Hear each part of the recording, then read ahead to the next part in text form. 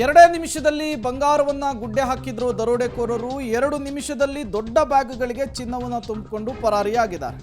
5 ದರೋಡೆಕೋರರ ಟೀಮ್ನಲ್ಲಿ ಒಬ್ಬನಿಂದ ಚಿನ್ನ ಪ್ಯಾಕ್ ಆಗಿದೆ. ಗನ್ ಹಿಡಿದ ಸಿಬ್ಬಂದಿಯನ್ನು ಬೆದರಿಸ್ತಾ ಇದ್ದ ಇನ್ನೊಬ್ಬ ಮುಸುಕುಧಾರಿ, ಗನ್ ಹಿಡಿದು ಬಾಗಿಲ ಬಳಿ ನಿಂತಿದ್ದ ಮತ್ತೊಬ್ಬ ಮುಸುಕುಧಾರಿ, ಉಳಿದಿಬ್ಬರು ಹೊರಗಡೆ ಬೈಕ್ ಸ್ಟಾರ್ಟ್ ಅನ್ನ ಮಾಡಿಕೊಂಡು ರೆಡಿಯಾಗಿ ನಿಂತಿದ್ರು. ಚಿನ್ನದಂಗಡಿಯನ್ನು ದೋಚೋದಕ್ಕೆ ಪಕ್ಕಾ ಪ್ಲಾನ್ ಮಾಡಿಕೊಂಡೇನೆ ಈ ದರೋಡೆ ಮಾಡಿದ್ದಾರೆ ಅನ್ನೋದು ಗೊತ್ತಾಗ್ತಾ ಇದೆ. ನೋಡಿ, ಯಾವಾಗಲೂ ಕೂಡ ದರೋಡೆಕೋರರು ಪ್ಲಾನ್ ಇಲ್ಲದೆ ಬರೋದಕ್ಕೆ ಆಗಲ್ಲ. ಆ ಕ್ಷಣಕ್ಕೆ ಬಂದು ದರೋಡೆ ಮಾಡೋದಕ್ಕೆ ಸಾಧ್ಯವೂ ಇಲ್ಲ. ಮೊದಲೇ ಚಲನವಲನವನ್ನು ನೋಡ್ಕೊಂಡಿರ್ತಾರೆ. ಎಷ್ಟು ಗಂಟೆ ಗ್ರಾಹಕರು ಇರ್ತಾರೆ, ಯಾವಾಗ ಪೀಕ್ ಅವರು, ಜೊತೆಗೆ CCTV ಕ್ಯಾಮರಾಗಳು ಹೇಗೆ, ಜೊತೆಗೆ ಸೆಕ್ಯೂರಿಟಿ ವ್ಯವಸ್ಥೆ ಹೇಗಿದೆ, ಎಲ್ಲವನ್ನ ನೋಡ್ಕೊಂಡೇನೆ ಎಂಟ್ರಿ ಕೊಟ್ಟಿರುವಂಥದ್ದು. ಪಕ್ಕಾ ಪ್ಲಾನ್ ಮಾಡಿಕೊಂಡು 5 ದರೋಡೆಕೋರರು ಚಿನ್ನದಂಗಡಿಗೆ ನುಗ್ಗಿ ಕೆಲವೇ ಕ್ಷಣಗಳಲ್ಲಿ ಗುಡಿಸಿ ಗುಂಡಾಂತರವನ್ನು ಮಾಡಿಕೊಂಡು ಅಲ್ಲಿಂದ ಎಸ್ಕೇಪ್ ಆಗಿರುವಂಥದ್ದು. ಈ ದರೋಡೆಕೋರರ ಫೋಟೋ ಕೂಡ ಸಿಕ್ಕಿದೆ, ಅದನ್ನು ಸ್ಕ್ರೀನ್ ಮೇಲೆ ಗಮನಿಸ್ತಾ ಇದ್ದೀರಿ. ಇವರೇನೇ ರಾಬರ್ಸು. ಈಗ ಬಂಗಾರದ ಅಂಗಡಿಯನ್ನು ದೋಚಿಕೊಂಡು ಕೆಲವೇ ಕ್ಷಣಗಳಲ್ಲಿ ಇವರು ಇಲ್ಲಿಂದ ಕಾಲ್ಕಿತ್ತಿದ್ದಾರೆ. ಆಮೇಲೆ ತುಂಬಾ ಇಂಟ್ರೆಸ್ಟಿಂಗ್ ಅಂತ ಅನ್ಸೋದು, ಅವ್ರು ಆಯ್ಕೆ ಮಾಡ್ಕೊಂಡಿರುವಂತಹ ಸಮಯ ಸಂದರ್ಭ ಸಂಡೇ, ಅಕ್ಕಪಕ್ಕದ ಶಾಪ್ ಎಲ್ಲ ಮುಚ್ಚಿರುತ್ತೆ. ಸೊ ಯಾರೋ ಗೊತ್ತಿರೋರು ಇನ್ಫಾರ್ಮೇಶನ್ ಕೊಟ್ಟು ಹಿಂಗೊಂದು ದರೋಡೆ ಆಯ್ತಾ, ಸಹಜ ಅನುಮಾನ ಬರುತ್ತೆ. ಡೀಟೇಲ್ಸ್ ಕೊಡ್ತಾರೆ. ನೇರ ಸಂಪರ್ಕದಲ್ಲಿ ಜಾಯಿನ್ ಆಗ್ತಾ ಇದ್ದಾರೆ KP ನಾಗರಾಜ್.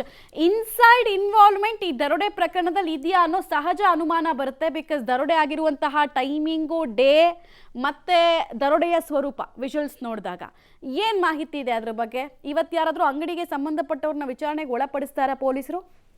ಮಮತಾ, ಮೊದಲು ನಾನು ಈ ಕ್ಷಣದ ಸಿಚುವೇಶನನ್ನು ತೋರಿಸ್ಬಿಡ್ತೀನಿ. ಇದೇ ಹುಣಸೂರು ಪಟ್ಟಣದ ಒಳಭಾಗದಲ್ಲಿ ಇರುವಂತಹ ಸ್ಕೈ ಗೋಲ್ಡ್ನ ಡೈಮಂಡ್ ಅಂಗಡಿಯಲ್ಲಿ ನಿನ್ನೆ ಮಧ್ಯಾಹ್ನ 2:04 ಸಂದರ್ಭದಲ್ಲಿ ನಡೆದಂತಹ ದರೋಡೆಯ ಅಂಗಡಿ. ಈ ಒಂದು ಅಂಗಡಿಯಲ್ಲಿ ನಿನ್ನೆ ರಾತ್ರಿ 12 ಗಂಟೆವರೆಗೂ ಕೂಡ ಪೊಲೀಸರು ಪರಿಶೀಲನೆಯನ್ನು ನಡೆಸಿದ್ದಾರೆ. ಅಂದರೆ ಬೆರಳಚ್ಚು ತಜ್ಞರು ಎಲ್ಲ ಫಿಂಗರ್ ಪ್ರಿಂಟ್ಸರ ತೆಗೆದುಕೊಂಡಿದ್ದಾರೆ. ಯಾಕಂದರೆ ಸಿಬ್ಬಂದಿಗಳೆಲ್ಲ ಫಿಂಗರ್ ಪ್ರಿಂಟ್ಸು ಭಾಳ ಇಂಪಾರ್ಟೆಂಟು, ಅದನ್ನು ತೆಗೆದುಕೊಂಡಿರುವಂಥದ್ದು. ಜೊತೆಗೆ ಎಷ್ಟು ಪ್ರಮಾಣದ ಚಿನ್ನವನ್ನು ದರೋಡೆ ಮಾಡಿದ್ದಾರೆ, ಎಷ್ಟು ಪ್ರಮಾಣದ ಚಿನ್ನ ಇನ್ನೂ ಉಳಿದಿದೆ, ಇದೆಲ್ಲದ್ರ ಬಗ್ಗೆಯೂ ಕೂಡ ನಿನ್ನೆ ರಾತ್ರಿ 12ರಿಂದ 1 ಗಂಟೆವರೆಗೂ ಕೂಡ ಪೊಲೀಸರು ಎಲ್ಲದರ ವಿಚಾರಣೆಯನ್ನು ಕೂಡ ಮುಗಿಸಿದ್ದಾರೆ. ಸದ್ಯಕ್ಕೆ ಅಂಗಡಿಯನ್ನು ಸಂಪೂರ್ಣವಾಗಿ ಲಾಕ್ ಮಾಡಿದ್ದಾರೆ. ಜೊತೆಗೆ ಯಾರು ಕೂಡ ಪ್ರವೇಶ ಮಾಡದಂತೆ ಇಲ್ಲಿ ಪಟ್ಟಿಯನ್ನು ಕೂಡ ಹಾಕಲಾಗಿದೆ. ಅಂದರೆ ಇದನ್ನು ಸಂಪೂರ್ಣವಾಗಿ ಸೀಸ್ ಥರದಲ್ಲ, ಸದ್ಯಕ್ಕೆ ಯಾರು ಎಂಟ್ರಿ ಆಗೋದು ಬೇಡ ಅನ್ನುವಂಥ ರೀತಿಯಲ್ಲಿ ಪೊಲೀಸರಿಗೆ ಪಟ್ಟಿಯನ್ನು ಕಟ್ಟಿರುವಂಥದ್ದು. ಇದು ಈ ಕ್ಷಣದ ಈ ಒಂದು ಡೈಮಂಡ್ ಜ್ಯುವೆಲರಿಯ ಸಿಚುವೇಶನ್. ನೀವು ಹೇಳಿದಂತೆ ಮಮತಾ, ಯಾವುದೇ ದರೋಡೆ ಪ್ರಕರಣಗಳು ನಡೆದಂಥ ಸಂದರ್ಭದಲ್ಲಿ ಮೊದಲ ಅನುಮಾನ ಬರುವಂಥದ್ದೇ ನೀವು ಹೇಳಿದಂಥ ಅಂಶ. ಅಂದರೆ ಯಾರೋ ಗೊತ್ತಿರುವಂಥವ್ರು, ಯಾರೋ ಒಳಗಿನವರು, ಮತ್ತೊಬ್ಬರು, ಈ ರೀತಿಯಾದಂಥ ಯಾರು ಮಾಹಿತಿಗಳು ಕೊಟ್ರ, ಈ ಥರದ ಅನುಮಾನಗಳು ಸಹಜವಾಗಿಯೇ ಬರ್ತವೆ. ಹೀಗಾಗಿಯೇ ಆ ಎಲ್ಲದರ ದೃಷ್ಟಿಯಿಂದಲೂ ಕೂಡ ಪೊಲೀಸರ ತನಿಖೆಯ ಆಯಾಮವು ಕೂಡ ಈಗಾಗಲೇ ಶುರುವಾಗಿದೆ. ಒಟ್ಟು 5 ಪೊಲೀಸ್ ತಂಡವನ್ನು ಮಾಡಲಾಗಿದೆ ಈ ಒಂದು ದರೋಡೆ ಪ್ರಕರಣವನ್ನು ಭೇದಿಸುವಂತಹ ಸಲುವಾಗಿ.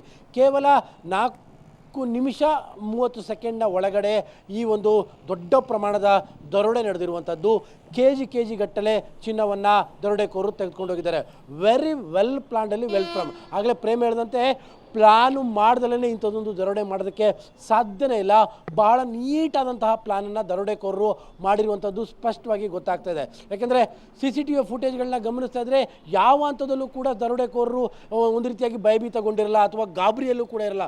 ಬಹಳ ಕೂಲಾಗಿ ಬಂದು ಈ ಎಲ್ಲ ಆಭರಣಗಳನ್ನ ದೋಚುವಂಥದ್ದು, ದೊಡ್ಡ ಸೆಲೆಕ್ಟಿವ್ ಅನ್ನುವಂಥ ರೀತಿಯಾದಂಥ ಆಭರಣಗಳನ್ನು ಮಾತ್ರ ದೋಚಿರುವಂಥದ್ದನ್ನು ಗಮನಿಸ್ತಾ ಇದ್ದರೆ ಇದು ವೆಲ್ ಪ್ಲಾನ್ ಅನ್ನುವಂಥದ್ರಲ್ಲಿ ಯಾವ ಅನುಮಾನಗಳು ಇಲ್ಲ. ಮತ್ತು ನೀವು ಹೇಳಿದಂತೆ ಕೇಳಿ ಭಾನುವಾರ ಅಕ್ಕಪಕ್ಕದ ಶಾಪ್ಗಳು ಕ್ಲೋಸ್. ಅಂದರೆ ನಾನು ಪಕ್ಕ ತೋರಿಸ್ಬಿಡ್ತೀನಿ ಮಮತಾ, ತಾವು ಹೇಳ್ತಾ ಇದ್ರಲ್ಲ ಭಾನುವಾರದ ಶಾಪ್ಗಳು ಕ್ಲೋಸ್ ಇರ್ತವೆ. ಎಕ್ಸಾಕ್ಟ್ಲಿ ಅದೇ ರೀತಿಯಾಗಿ ಈ ಎಲ್ಲ ಅಂಗಡಿಗಳು ಪಕ್ಕದಲ್ಲಿ ಭಾಳಷ್ಟು ಅಂಗಡಿಗಳಿದ್ದಾವೆ. ಭಾನುವಾರವಾದಂಥ ಕಾರಣಕ್ಕೋಸ್ಕರವಾಗಿ ಎಲ್ಲ ಅಂಗಡಿಗಳು ಕೂಡ ಕ್ಲೋಸ್ ಇದ್ವು. ಮತ್ತು ಕೇಳಿ ಬಂದಿರುವಂಥದ್ದು 2:04. ಅದು ಸಾಮಾನ್ಯ ಊಟದ ಸಮಯ, ಜೊತೆಗೆ ಗ್ರಾಹಕರು ಕೂಡ ಕಡಿಮೆ ಇರ್ತಾರೆ.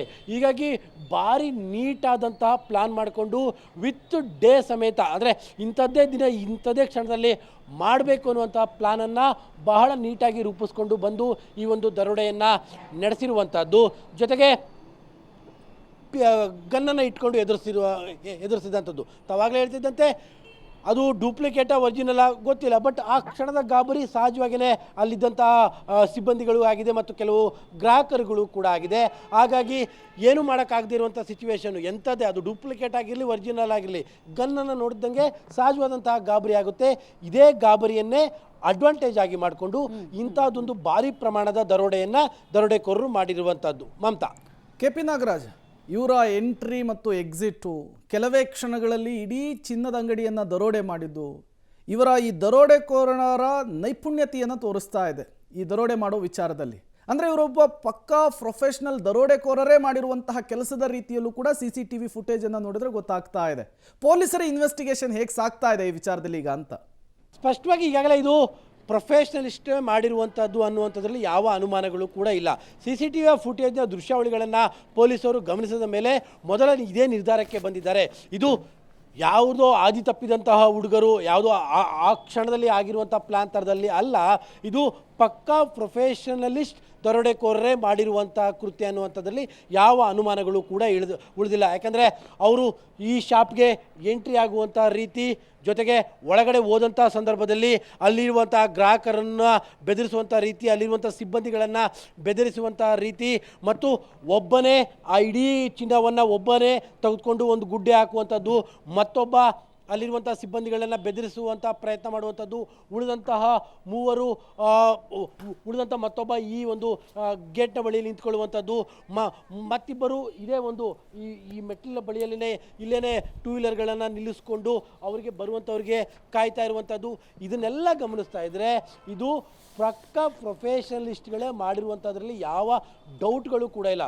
ಮತ್ತು ಅವರಿಗೆ ಆ ಭಯಗಳು ಕೂಡ ಇದ್ದಂತಿಲ್ಲ. ಯಾಕಂದರೆ ಸಂಪೂರ್ಣವಾಗಿ ಮುಖಕ್ಕೇನು ಮಾಸ್ಕನ್ನು ಹಾಕ್ಕೊಂಡಿಲ್ಲ, ಯಾವುದನ್ನು ಮುಖವನ್ನು ಕೂಡ ಮರೆಮಾಚ್ಕೊಳ್ಳದಲ್ಲೇ ಈ ಥರದ ಲೆವೆಲಲ್ಲಿ ಬಂದು ಇಷ್ಟು ಆರಾಮಾಗಿ ಒಂದು ರೀತಿಯಾಗಿ 4 ನಿಮಿಷ ಅನ್ನುವಂಥದ್ದು ಕೇಳೋದಕ್ಕೆ ಕಡಿಮೆ ಅವಧಿ, ಬಟ್ ಒಂದು ದರೋಡೆ ಅಥವಾ ಒಂದು ಕಳ್ಳತನಕ್ಕೆ ಅದು ಭಾಳ ಸುದೀರ್ಘವಾದಂತಹ ಅವಧಿ ಪ್ರೇಮ. ಹಾಗೆ 4 ನಿಮಿಷ 30 ಸೆಕೆಂಡ್ ಒಳಗಡೆ ಇಷ್ಟು ಪ್ರಮಾಣದ ಚಿಲ್ಲವನ್ನು ಇಷ್ಟರ ಮಟ್ಟಿಗೆ ಟಕ್ ಟಕ್ ಟಕ್ ಟಕ್ ಟಕ್ ಟಕ್ ಅನ್ನುವಂಥ ರೀತಿಯಲ್ಲಿ ಪ್ಲಾನ್ ಮಾಡಿಕೊಂಡು ತೆಗೆದುಕೊಂಡು ಹೋಗಿರುವಂಥದ್ದನ್ನು ಗಮನಿಸ್ತಾ ಇದೆ.